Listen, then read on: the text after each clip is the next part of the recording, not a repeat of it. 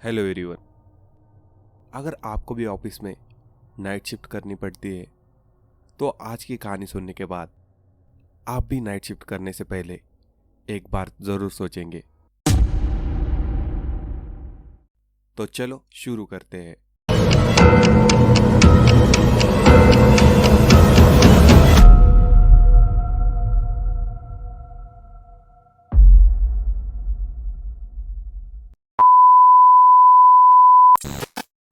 और स्टोरी शुरू होने से पहले मैं बताना चाहता हूँ कि आप सब स्टोरी देखते हो और चैनल को सब्सक्राइब नहीं करते, तो प्लीज़ यार सब्सक्राइब कर दिया करो, थोड़ा मोटिवेशन मिलता है और ऐसे ही अच्छे अच्छे वीडियो मैं आपके लिए लेते आऊँगा।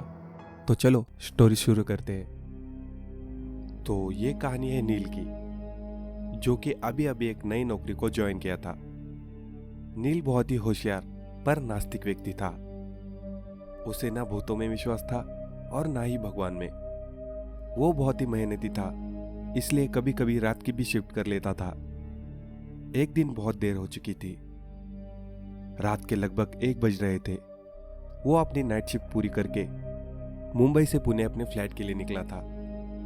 रात को काफी लोग अपनी शिफ्ट कर रहे थे, तो नील भी अपनी बाइक लेकर उनके साथ हाईवे की ओर चल पड़ा।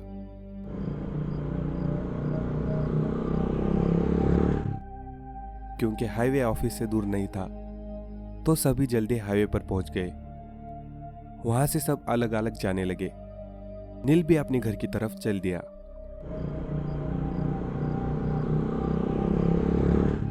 हाईवे से कटकर एक कच्चा रास्ता था, जो उसके घर जाने के लिए शॉर्टकट का काम करता था। नील उस रास्ते से दिन में बहुत बार गया था, पर इतनी रात में कभी नहीं गया था। इतनी रात में वो सड़क और भी सुनसान थी। फिर भी उसने उस रास्ते की तरफ अपनी गाड़ी मोड़ दी और चल पड़ा अपने घर की ओर।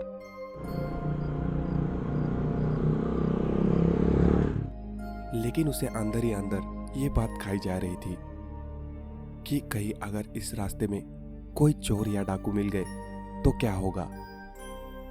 फिर वो खुद को दिलासा देता कि इतनी सुनसान रास्ते में कोई जानवर भी नजर नहीं आ रहा है तो इंसान भी नहीं होंगे। वो रास्ता आगे चलकर बहुत ही छोटा हो जाता था और साथ ही साथ वो छोटा रास्ता एक जंगल के बीच से निकलता था। हालांकि जंगल बहुत घना नहीं था, तो नील आराम से बाइक चलाते हुए जा रहा था। रात काफी होने के कारण हेडलाइट की रोशनी जहां तक पहुंच रही थी, वो जगह साफ दिखाई दे रही थी। तभी उस सुनसान सड़क पर एक आदमी तेजी से ओवरटेक करते हुए नील से आगे निकल गया।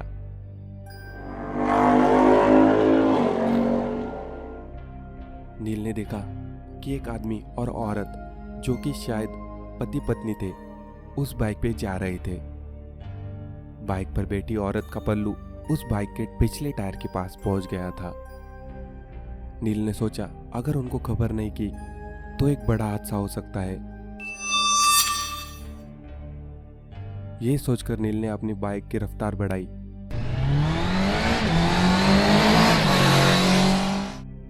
और उस औरत को अपना पल्लू ठीक करने को कहा। उसने बाइक की रोशनी में देखा कि उस औरत का चेहरा उसके बालों से पूरी तरह ढक गया था। उसका चेहरा साफ से नजर नहीं आ रहा था। उसके बाद नील ने अपनी बाइक की रफ्तार बढ़ाई और ओवरटेक कर आगे निकल गया। कुछ देर बाद वो आदमी नील को फिर से ओवरटेक करता है। नील उसे रास्ता देते वक्त उसकी बाइक की ओर देखता है, तो जो औरत पीछे बैठी थी अब वो वहां नहीं थी। वो बहुत चौंक गया और सोचा वो औरत अचानक कहाँ गई। कहीं वो रास्ते में गिर तो नहीं गई, क्योंकि आजकल ऐसी घटना बहुत आम थी। आए दिन ऐसी घटनाएं अखबारों में और सोशल मीडिया पर आती थी और कई बार इसमें मौत भी हो जाती थी। उसने बाइक की रफ्तार बढ़ाकर उस बाइक वाले से पूछा, भाई साहब वो आपके साथ जो औरत पीछे बैठी थी वो कहाँ गई। ये सुनकर बाइक वाला चौंक गया और उसकी आंखें डर से भर गई। उस बाइक वाले ने नील की बात सुनकर अपनी बाइक साइड में रोकी और पीछे मुड़कर देखने लगा। उसके माथे पर पसीना साफ नजर आ रहा था। वो बहुत डर गया था। उसने लड़खड़ाती हुई आवाज में पूछा, को, को, कौन सी औरत? मैं तो अपने ऑफिस से शिफ्ट पूरा करके अकेले ही घर जा रहा हूँ और मैंने किसी को भी लिफ्ट नहीं दी। ये सुन के नील के होश उड़ गए। वो समझ नहीं पा रहा था कि उसके साथ अभी क्या हुआ है। दूसरे बाइक पर बैठा आदमी बहुत डर गया और पसीने पसीने हो गया था। दोनों को समझ नहीं आ रहा था कि क्या हुआ। फिर दोनों ने साहस करके पीछे मुड़कर देखा तो पीछे सड़क सुनसान और डरावनी लग रही थी। अचानक उन्हें अपने पीछे किसी के चलने की आवाज सुनाई दी।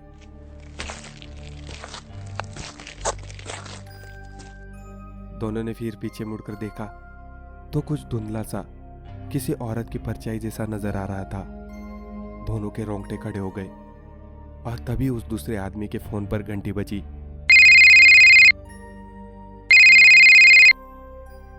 और दोनों एक पल के लिए डर के मारे चीख पड़े। उस व्यक्ति ने फोन देखा तो उसकी मां का फोन था, जो उसके घर पहुंचने के बारे में जानना चाहती थी कि वो आखिर कब तक घर आएगा। फोन काटने के बाद दोनों ने देखा कि पीछे अब कोई परछाई नहीं थी। दोनों ने फटाफट अपनी गाड़ी स्टार्ट की और तेज रफ्तार से अपने अपने घर की ओर चल दिए।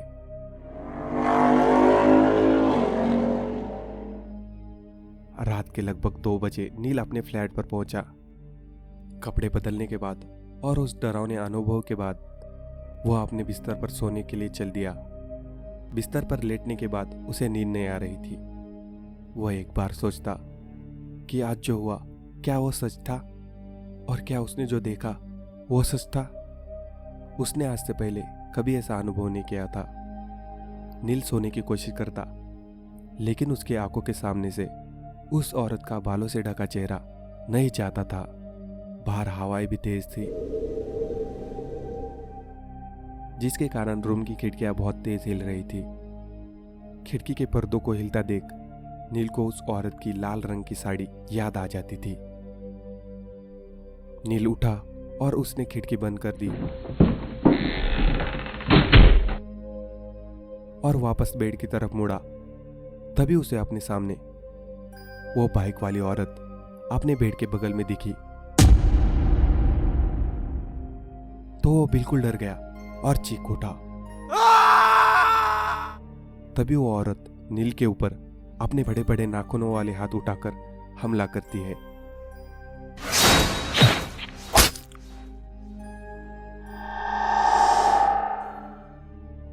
चीख के साथ नील की आंखें खुली तो उसे एहसास हुआ कि वो एक सपना था और बहुत ही डरावना सपना था।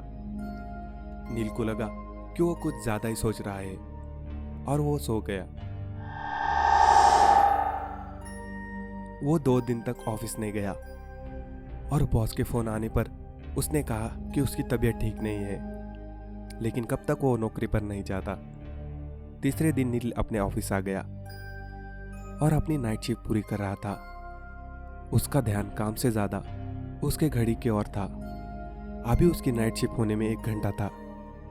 फिर भी वो बहुत बेचैन था और जल्दी से जल्दी अपने फ्लैट पर पहुंचना चाहता था। वो बार बार घड़ी की तरफ देखता और उसकी बेचैनी और बढ़ जाती। आखिरकार रात के 12:30 बजे उसकी शिफ्ट खत्म हुई और जल्दी से उसने अपना सामान उठाया और बिना किसी से कुछ बोले घर की ओर निकल गया।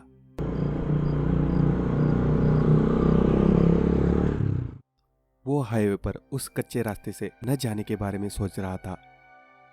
जब भी वो उस सड़क के बारे में सोचता, वो औरत का चेहरा और साड़ी बार बार उसके सामने आ जाती।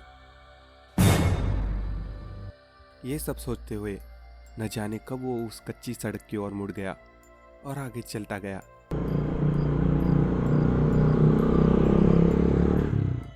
जब वो उस रास्ते पर कुछ आगे आया तो उसे 3 दिन पहले हुई घटनाएं याद आने लगी।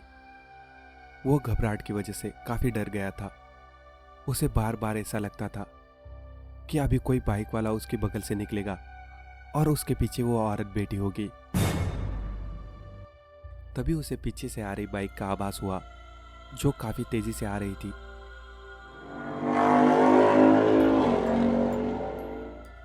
वो हॉर्न बजाते हुए नील को ओवरटेक करने की कोशिश कर रहा था। पहले नील ने कोशिश की कि वह उसे रास्ता ना दे और अपनी बाइक की रफ्तार बढ़ाकर आगे बढ़ गया,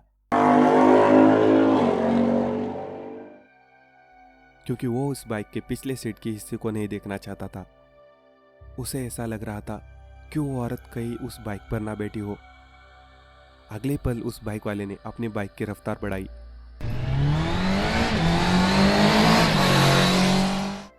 और नील के बगल में आ गया। नील काफी कोशिश कर रहा था कि वो उस बाइक की तरफ ना देखे, लेकिन वो अपने आप को रोक नहीं पाया और उसकी नजर उस बाइक की ओर चली गई। उसने देखा कि उस बाइक पर कोई औरत नहीं थी। तब जाके उसने राहत की सांस ली, लेकिन यह राहत की सांस जल्दी आफत लाने वाली थी। जब उस बाइक वाले ने कहा, भाई साहब, अपनी बीवी से कहें कि अपनी साड़ी का पल्लू ठीक कर ले, वरना पिछले टायर में फंस सकती है। यह सुनते ही नील का शरीर सुन्न पड़ गया। उसने पीछे मुड़कर देखा तो लाल साड़ी वाली औरत उसके पीछे बैठी थी।